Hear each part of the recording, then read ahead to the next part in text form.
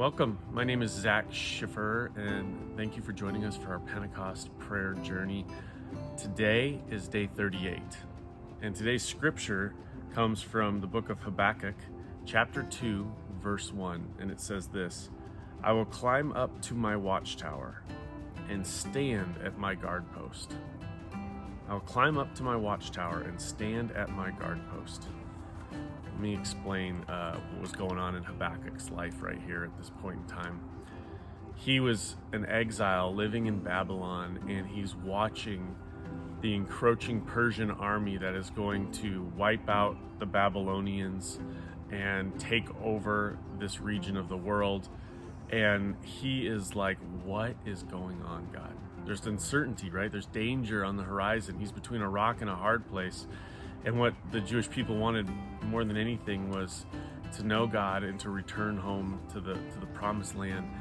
And here he just seems like he's going from one bad situation to even a worse situation, because the book of Habakkuk kind of shows him coming to God with his problems, complaining about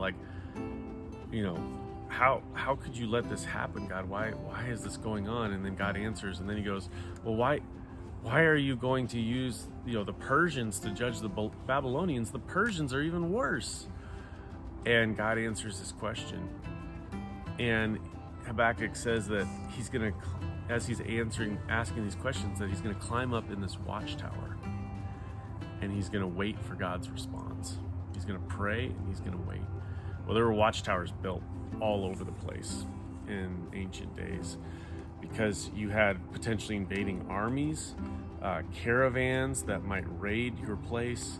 And so there were watchtowers built on city walls. There were watchtowers built on the edges of vineyards. There were watchtowers built out in the fields where you let your herds and your flocks roam. Why? Because you could keep track of what was going on and understand, where your sheep were in the field. But you also were the first to see into what is coming, the future, if you will, what is coming, the invaders who are coming, or that kind of thing, and maybe a brush fire or any of that kind of stuff. And so this is a great place to go pray because of that significance, but it's a great metaphor for our prayers as well. You see, Habakkuk was between a rock and a hard place. He was in a bad situation. He was trying to understand, how did we get here? And he was trying to understand what is going to happen. And he took that to God.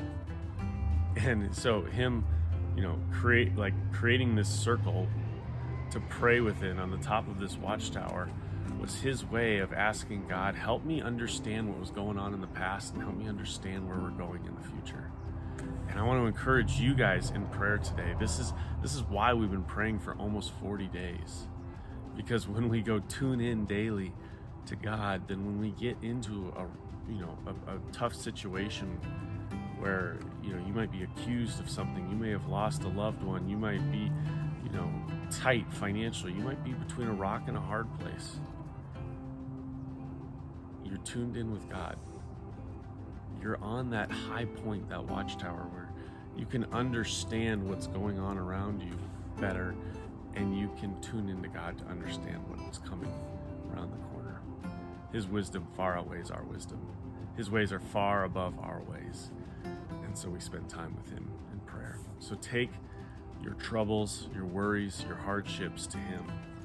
And as we do, as we continue to pray over them, and then as we look back on old prayers that were now answered in some way, it builds our faith to keep pressing on through the difficult times.